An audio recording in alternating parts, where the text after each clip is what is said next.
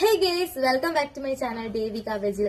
അപ്പം ഇന്നത്തെ വീഡിയോ എന്ന് പറയുമ്പം HSSന്റെ ഇപ്പൊ കഴിഞ്ഞ ക്രിസ്മസ് എക്സാമിന്റെ ഇംഗ്ലീഷ് ക്വസ്റ്റ്യൻ പേപ്പർ റിവ്യൂ ആണ്. +2 ആണ് കേട്ടോ. അപ്പൊ നമുക്ക് കൂടുതൽ വലിച്ചറിയിക്കാതെ നേരെ റിവ്യൂയിലേക്ക് പോയാൽ. അപ്പോൾ ഇതാണ് നമ്മുടെ ഇംഗ്ലീഷ് ക്വസ്റ്റ്യൻ പേപ്പർ. അപ്പം ഞാൻ കൂടുതൽ വലിച്ചഴിക്കാതെ കാര്യം പറയാം. ഒന്നാമത്തെ കാര്യം എന്ന് പറഞ്ഞാൽ എല്ലാവർക്കും സിമ്പിൾ ആയിട്ട് എഴുതാൻ പറ്റുന്ന ക്വസ്റ്റ്യൻസ് ആയിരുന്നു ഇത് ചോദിച്ചിട്ടുണ്ടായിരുന്നത്. ആൻസർ ഒക്കെ വളരെ സിമ്പിൾ ആയിട്ട് നമുക്ക് എഴുതാം. അതാണ് ഒന്നാമത്തെ പോയിന്റ്. രണ്ടാമത്തെ എന്ന് പറയുമ്പോൾ ഞാൻ കുറച്ച് വീഡിയോസ് കണ്ടായിരുന്നു. അതിലൊക്കെ ഒരുമാതിരിപ്പെട്ട രീതിയിൽ വേറെ ക്വസ്റ്റ്യൻസ് ഒക്കെയാണ് ചോദിച്ചിരുന്നത്. ഇതിനെ റിലേറ്റ് ചെയ്യുന്ന രീതിയിൽ ഒരു ക്വസ്റ്റ്യൻസ് ചോദിച്ചില്ല. പിന്നെ എനിക്ക് പ്രെഡിക്റ്റ് ചെയ്യാൻ പറ്റിയിട്ടുള്ള ഒരു ക്വസ്റ്റ്യൻ ആയിരുന്നു നൊമിതയുടെ ക്യാരക്ടർ സ്കെച്ച്. അതിനെ വെച്ചിട്ട് നല്ലതുപോലെയാണ് പഠിച്ചിട്ട് പോയത്. അതുകൊണ്ട് കുഴപ്പമില്ലാതെ എനിക്ക് എഴുതാൻ പറ്റി. പിന്നെ CV ശരിക്കും പറഞ്ഞാൽ പഠിച്ചവർക്ക് 8 മാർക്ക് വാങ്ങിക്കാൻ സുഖമായിട്ട് പറ്റിയ ഒരു ക്വസ്റ്റ്യൻ ആയിരുന്നു. നിങ്ങൾ 8 മാർക്ക് വാങ്ങിച്ച് കാണും. നല്ല രീതിക്ക് എഴുതിയിട്ടാണ് നിങ്ങൾക്ക് 8 മാർക്ക് കിട്ടും. അങ്ങനെ ഒരു 27ാമത്തെ ക്വസ്റ്റ്യൻ ആയിരുന്നു. ആപ്ലിക്കേഷൻ ലെറ്ററും CVയും കൂടെ തയ്യാറാക്കാൻ. അത് എങ്ങനെ പോയാലും പഠിച്ച ഒരു കുട്ടിക്ക് സുഖമായിട്ട് എഴുതാൻ പറ്റുന്നതാണ്. പിന്നെ ഉള്ളതെന്ന് പറഞ്ഞാൽ ഇവർ ഒരു ക്വസ്റ്റ്യൻ ഇതിൽ ആഡ് ആക്കാൻ മറന്നുപോയതാണോ വേണമെന്ന് വെച്ചാൽ ആക്കിയതാണോ അറിഞ്ഞൂടാ. ആ ഒരു ക്വസ്റ്റ്യൻ ഉണ്ടായിരുന്നെങ്കിൽ ഒരു 6 മാർക്ക് 5 മാർക്ക് സുഖമായിട്ട് ഒരു കുട്ടിക്ക് കിട്ടിയത്. ഇനിയിപ്പോൾ അവര് വേറെ പഠിച്ചെഴുതിയാൽ മതി എന്നുള്ള രീതിയിൽ ചെയ്തതാണോന്നൊന്നും അറിയത്തില്ല.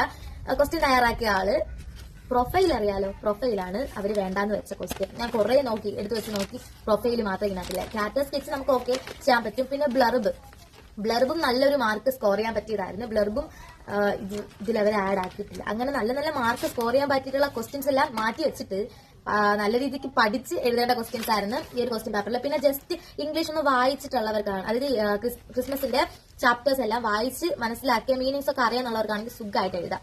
അതൊന്നാമത്തെ കാര്യം. നല്ല അടിപൊളിയായിട്ട് എഴുതാൻ പറ്റുന്ന ഒരു ചോദ്യ പേപ്പർ ആയിരുന്നു. പിന്നെ നിങ്ങൾക്ക് മിക്കവർക്കും തെറ്റിയിട്ടുള്ള ഒരു ക്വസ്റ്റ്യൻ ഞാൻ പറഞ്ഞുതരാം.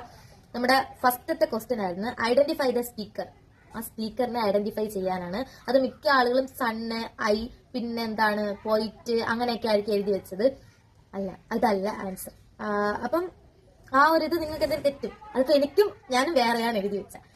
പിന്നെ മിക്ക പിള്ളേരെ ചോദിച്ചപ്പോൾ അവര് ഐ, സണ്ണ് അങ്ങനെയുള്ളതൊക്കെയാണ് എഴുതി വെച്ചത്. അതെനിക്ക് എന്താന്ന് അറിഞ്ഞൂടാ. അത് വാട്ടവർ അവരുടെ ഇഷ്ടം. മാർക്ക് കിട്ടാതിരിക്കുക അവരുടെ ഇഷ്ടം.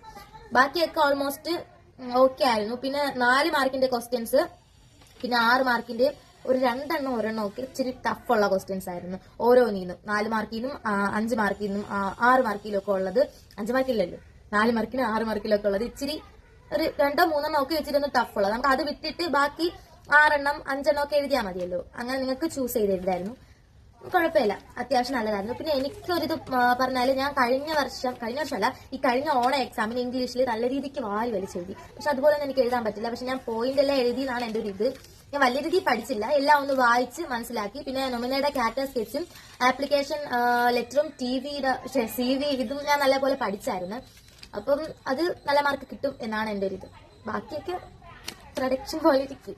അപ്പം നിങ്ങൾക്ക് ഏതൊക്കെ സബ്ജക്ട് പാടായിരുന്നു, എളുപ്പമായിരുന്നു എന്നുള്ളത് കമന്റ് ചെയ്യുക. പിന്നെ ഈ ഇംഗ്ലീഷ് നിങ്ങൾക്ക് എളുപ്പമായിരുന്നോ ഇല്ലയോ എന്നുള്ളത് കമന്റ് ചെയ്യുക. അപ്പൊ നമുക്ക് നാളെ മലയാളം എക്സാം ആണ്. അപ്പൊ അതിന്റെ ക്വസ്റ്റ്യൻ പേപ്പർ റിവ്യൂ ആയിട്ട് നാളെ വരാം. ബൈ.